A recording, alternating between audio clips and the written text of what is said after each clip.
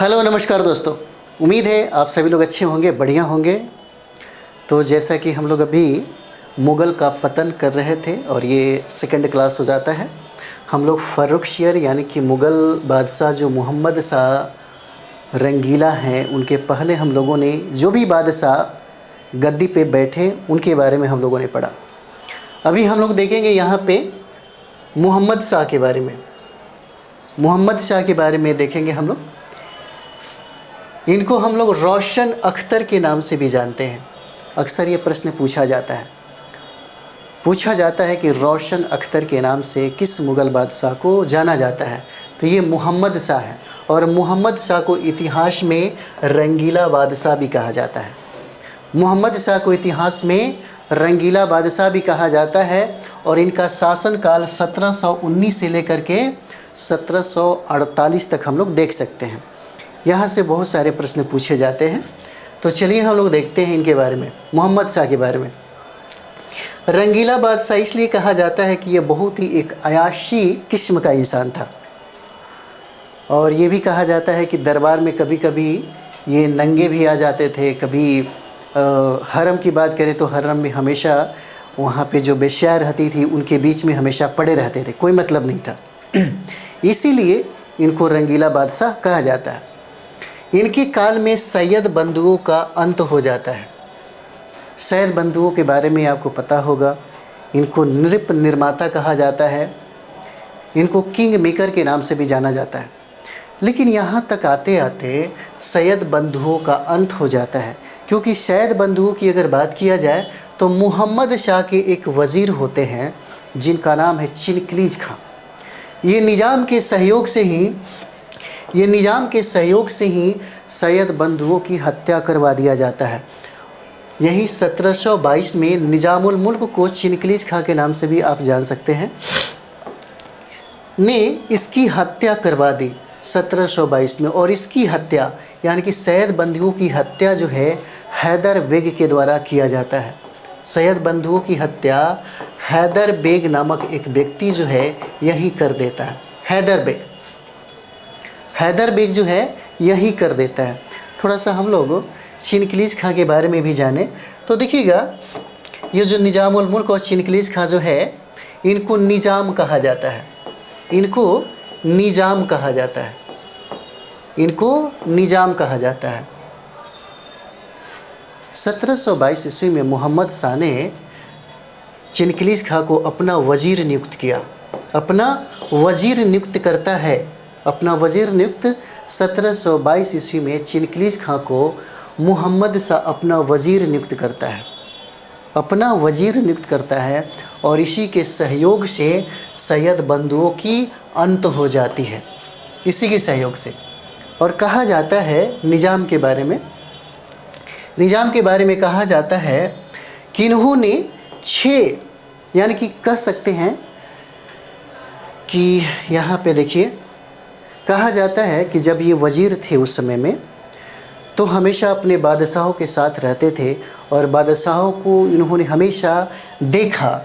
उन्होंने ये देखा कि प्रशासनिक कार्यों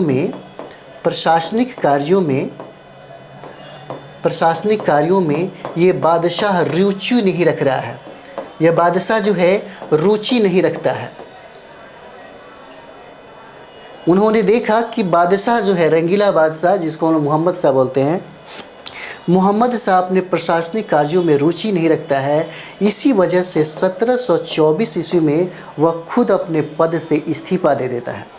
1724 में इस्तीफा दे देता है। कुछ विद्वानों का मानना है कि इस्तीफे के बाद यानी कि चिनकलीज खां के इस्तीफे के बाद ही वास्तविक रूप से मुग़लों का जो अंत है वह होना प्रारंभ हो जाता है। यानी कि वास्तविक जो अंत है यही चिनकलीज खां के इस्तीफा के बाद हो जाता है। और यहाँ पे और एक चीज़ और भी हम लोग देखेंगे, जो 6 सूबे मिलते हैं इसको, यानी कि 6 प्रांत कहें तो 6 प्रांत को अलग लेकर के, यानी कि कहें तो 6 राज्यों को लेकर के चिनकलीज खां जो है यह स्वयं को स्वतंत्र घोषित करता है और यहाँ पे हैदराबाद की स्थापना कर देता है। हैदराबाद की स्थापना करता है। कब? तो 1724 में। 1724 में यह हैदराबाद की स्थापना कर देता है। 6 सूबों को लेकर के, 6 प्रांतों को लेकर के यह हैदराबाद की स्थापना करता है। पूछा जाता है प्रश्न कि किसने हैदराबाद की स्थापना की? तो निजामुल मुल्क चिनकिलीज खां के द्वारा इसकी स्थापना किया जाता है। यहाँ पे देखा जाए तो ये जो मुग़ल बादशाह है मोहम्मद शाह के द्वारा चिनकिलीज खां को यहाँ पे देखते हैं, चिनकिलीज खां को आसफ जाह की उपाधि दिया जाता है। चिनकिलीज खां को आसफ जाह की उपाधि दिया जाता है, आसफ जाह की उपाधि। और यही वजह है कि मतलब चिनकिलीज खां के वंश को आसफ जाही वंश के नाम से भी जाना जाता है। यानी कि चिनकिलीज खां को जो उपाधि दिया मोहम्मद शाह के द्वारा दिया जाता है, आसफ जाह की उपाधि। और यही वजह है कि इस वंश को आसफ जाही वंश के नाम से भी हम लोग जानते हैं, आसफ जाही वंश के नाम से भी हम लोग जानते हैं। तो चलिए हम लोग और भी देखते हैं। इनके काल में कई स्वतंत्र प्रदेश जो है अस्तित्व में आया। ये जो रंगीला बादशाह हैं, इन रंगीला बादशाह के समय में बहुत ऐसे राज्य हैं जो स्वयं को स्वतंत्र कर लिया और यहाँ से प्रश्न पूछा जाता है। जैसे यहीं पे बंगाल स्वतंत्र हो गया, जिसकी स्थापना मुर्शिद कुली खां के द्वारा किया गया। इसी समय बंगाल जो है यह स्वतंत्र घोषित कर लिया अपने आप को, और इसकी स्थापना जो है, इसकी स्थापना मुर्शिद कुली खां के द्वारा किया जाता है, मुर्शिद कुली खां के द्वारा। अवध की स्थापना शहादत खां के द्वारा किया जाता है, और हैदराबाद की स्थापना निज़ामुल मुल्क के द्वारा किया जाता है। और इसी समय भरतपुर भी स्वतंत्र हो जाता है, जिसकी स्थापना बदन सिंह के द्वारा किया जाता है, बदन सिंह के द्वारा किया जाता है। चलिए आगे हम लोग बढ़ते हैं। इसी में इसके काल में 1737 में, इसके काल में यानी कि 1737 में रंगीला बादशाह के काल में बाजीराव प्रथम दिल्ली पर चढ़ाई करता है, दिल्ली पर ये चढ़ाई करता है इस समय। और कहा जाता है कि 1739 ईस्वी में नादिर शाह का आक्रमण होता है, जिसको हम लोग करनाल का युद्ध बोलते हैं। करनाल के युद्ध के बाद वह दिल्ली पर अधिकार कर लेता है 24 फरवरी 1739 को। अच्छा, नादिर शाह के बारे में भी थोड़ा सा हम लोग देखें। ये नादिर शाह जो है, नादिर शाह, इसको ईरान का नेपोलियन कहा जाता है। नादिर शाह ईरान का इसको, ईरान या फारस कहें बात बराबर है, ईरान का नेपोलियन कहा जाता है इसको, नेपोलियन, ईरान का नेपोलियन कहा जाता है। और इसी नादिर शाह ने शाहजहां के द्वारा बनाया गया तख्ते ताउश को लूट लेता है। तख्ते ताउश को यह लूट लेता है, जो मयूर सिंहासन भी वह लूट करके ईरान ले जाता है। और इसी मयूर सिंहासन पर अंतिम रूप से मुग़ल जो बादशाह बैठता, अंतिम रूप से वह बादशाह मोहम्मद शाह होता है। पूछा जा सकता है अंतिम रूप से इस मयूर सिंहासन पे कौन बादशाह बैठा, तो यही मोहम्मद शाह हो जाता है। दिल्ली में नादिर शाह 57 डेज रहता है। पूछा जाता है कभी 57 दिन नादिर शाह दिल्ली में रहता है, यहीं पे दिल्ली में। और पहला मुग़ल बादशाह है जो विदेशियों के हाथों यह गिरफ्तार हो जाता है। यानी कि नादिर शाह मोहम्मद शाह को 3 दिनों तक बंदी बना के रखता है, 3 दिनों तक बंदी बना के रखता है, 3 दिनों तक बंदी बना के रखता है। और यह पहला मुग़ल बादशाह है, यह पहला मुग़ल बादशाह है जो 3 दिनों तक कैद रहता है। चलिए आगे हम लोग बढ़ते हैं। इसके बाद हम लोग देखते हैं अहमद शाह के बारे में। अहमद शाह के बारे में हम लोग देखें, अहमद शाह। तो यहाँ पे हम लोग देखेंगे अहमद शाह का शासनकाल 1748 से लेकर के 1754 तक का होता है, 1748 से 1754 तक के। इनके काल में मुग़ल अर्थव्यवस्था पतन की तरफ बढ़ी और वेतन ना मिलने के कारण सेना ने विद्रोह किया था अहमद शाह के समय में। और इसी के काल में 1748 में अहमद शाह अब्दाली ने भारत पर आक्रमण किया। यहाँ पे देखा जाए तो अहमद शाह को गद्दी पर बैठाने वाला जो वजीर था उसका नाम था गाजीउद्दीन। उसका नाम था गाजीउद्दीन नाम था, और गाजीउद्दीन के सहयोग से ही इसने गद्दी को प्राप्त किया। बाद में अनबन हो जाने के कारण इसी अहमद शाह की आंखें निकलवा करके इसकी हत्या कर दी, और बाद में दूसरे बादशाह को गद्दी पे बिठाता है। कहा जाता है कि अहमद शाह के समय में ही अहमद शाह अब्दाली भारत पर 5 बार आक्रमण करता है, 5 बार आक्रमण करता है। और इसी के समय में, यानी कि इसी अहमद शाह अब्दाली के समय में ही एक राजमाता उधम बाई होती हैं। राजमाता उधम बाई होती हैं, यहाँ पे देखते हैं, राजमाता उधम बाई हैं, उधम बाई जिनका प्रशासनिक कार्यों में, यानी कि मुग़ल प्रशासनिक कार्यों में हस्तक्षेप बहुत ज़्यादा होता है। और यही वजह है कि इन्होंने एक उपाधि धारण की। राजमाता उधम बाई जो हैं, उधम बाई बिल्ला ए आलम की उपाधि से इन्होंने खुद को नवाजा। बिल्ला ए आलम की उपाधि से खुद को ये नवाजती हैं, राजमाता उधम बाई। यहाँ पे देखेंगे इसके ज़रिए इसके समय राजकीय राजकाज का नेतृत्व जो है उधम बाई कर रही थी, और उपाधि भी है किबला ए आलम, ये भी एक उपाधि ये धारण करती हैं। अच्छा, इसी के समय में, यानी कि अहमद शाह के समय में ही एक हिजड़ों का सरदार है, जिसका नाम है यहाँ पे जावेद खां, जिसका नाम है जावेद खां नाम है, जो हिजड़ों का सरदार होता है, हिजड़ों का सरदार। इसको रंगीला बादशाह के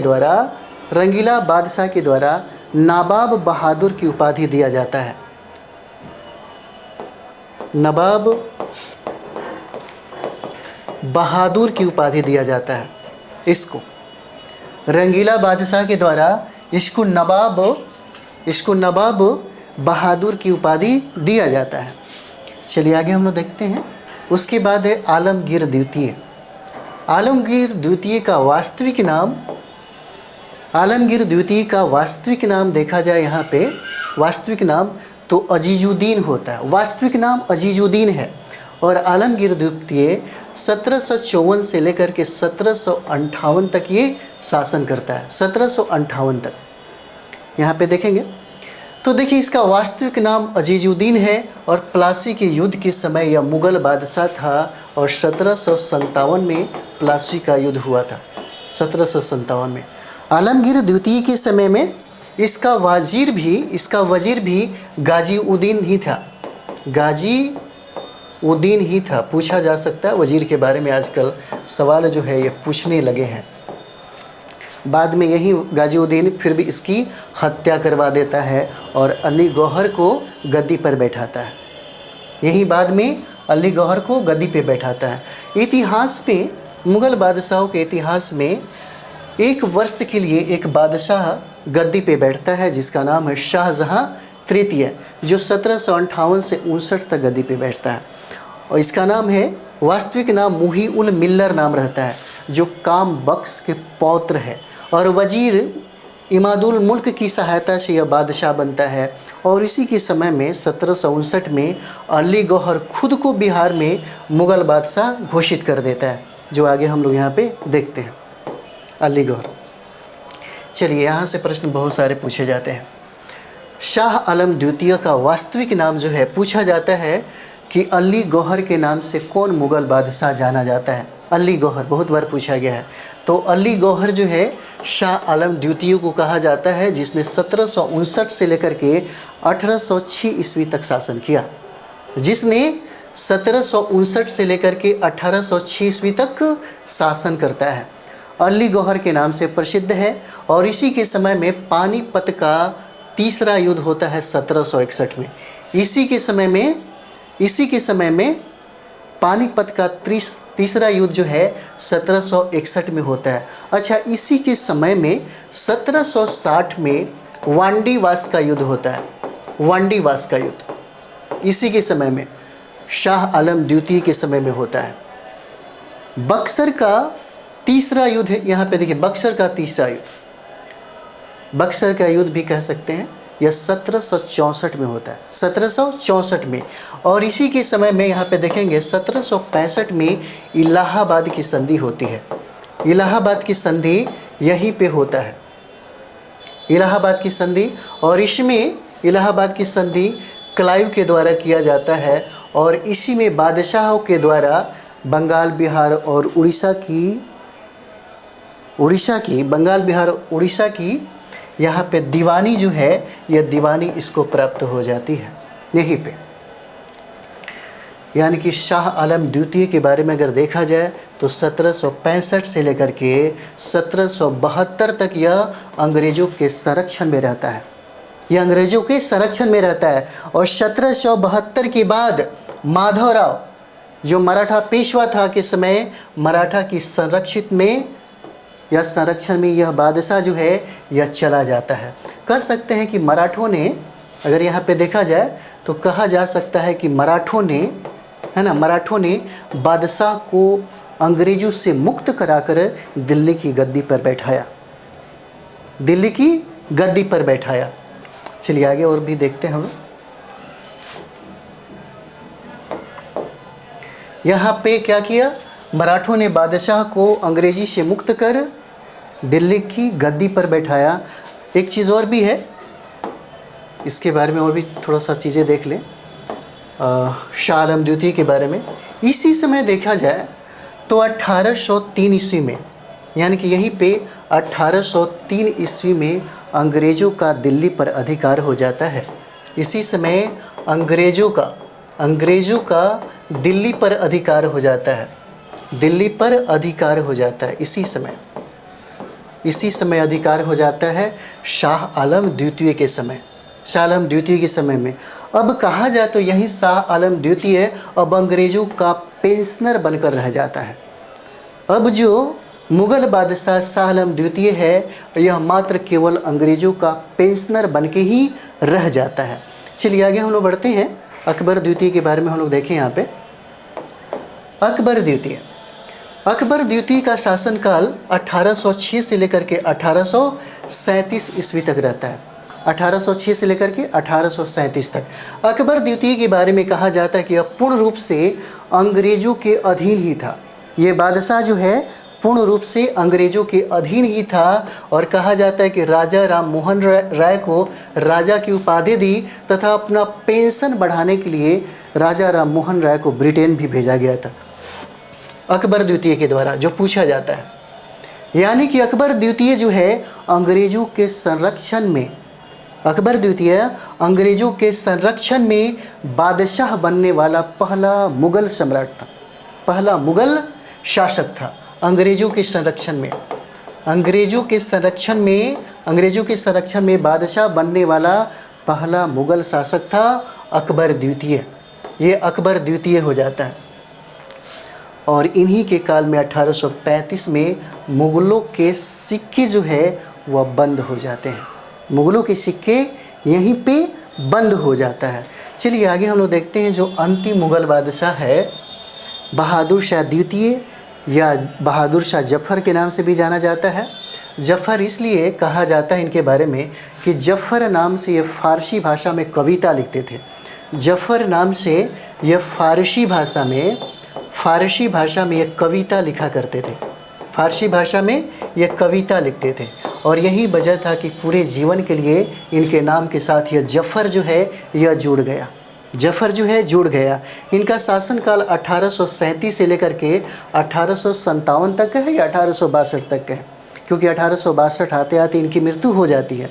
ये अंतिम मुग़ल बादशाह थे, अंतिम मुग़ल बादशाह थे। और इन्हीं के समय में 1857 की क्रांति होती है, जो बहुत ही इम्पोर्टेंट है। 1857 की क्रांति होती है और इनको यानी कि बहादुर शाह द्वितीय को हुमायूं की मकबरे से गिरफ्तार किया जाता है। पूछा जाता है प्रश्न, हुमायूं के मकबरे से बहादुर शाह द्वितीय को गिरफ्तार किया जाता है और ये अपने पत्नी के साथ गिरफ्तार होते हैं। और इनके पत्नी का नाम है जीनत महल, इनके पत्नी का नाम है जीनत महल नाम है। जीनत महल को महक परी के नाम से भी जाना जाता है, महक परी के नाम से भी जाना जाता है, महक परी के नाम से जाना जाता है। और इन दोनों को गिरफ्तार करके वर्मा की राजधानी रंगून भेज दिया जाता है, जहाँ पे 1862 ईस्वी में इनकी मृत्यु हो जाती है। 1862 ईस्वी में इनकी मृत्यु हो जाती है, रंगून में ही इनकी मृत्यु हो जाती है 1862 में।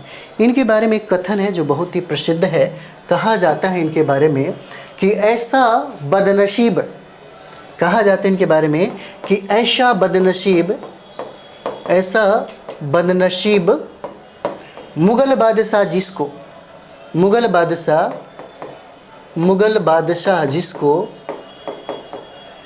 बादशाह जिसको अपने अंतिम समय में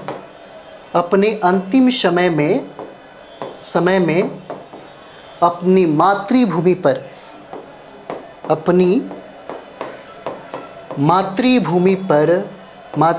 पर 2 गज ज़मीन भी नसीब नहीं होता, 2 गज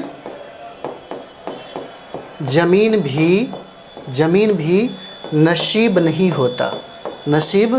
नहीं होता। इनके बारे में एक कहावत है, एक कथन है कि ऐसा बदनसीब मुग़ल बादशाह जिसको अपने अंतिम समय में अपनी मातृभूमि पर 2 गज ज़मीन भी नसीब नहीं होता। इस तरीके से इस प्रकार 1862 में मुग़ल वंश का पूर्ण रूप से अंत हो जाता है। इस प्रकार मुग़ल वंश का पूर्ण रूप से अंत हो जाता है। तो चलिए हम लोग इसके बाद से मराठा पढ़ेंगे। इसके बाद हम लोग प्रारंभ करते हैं मराठा।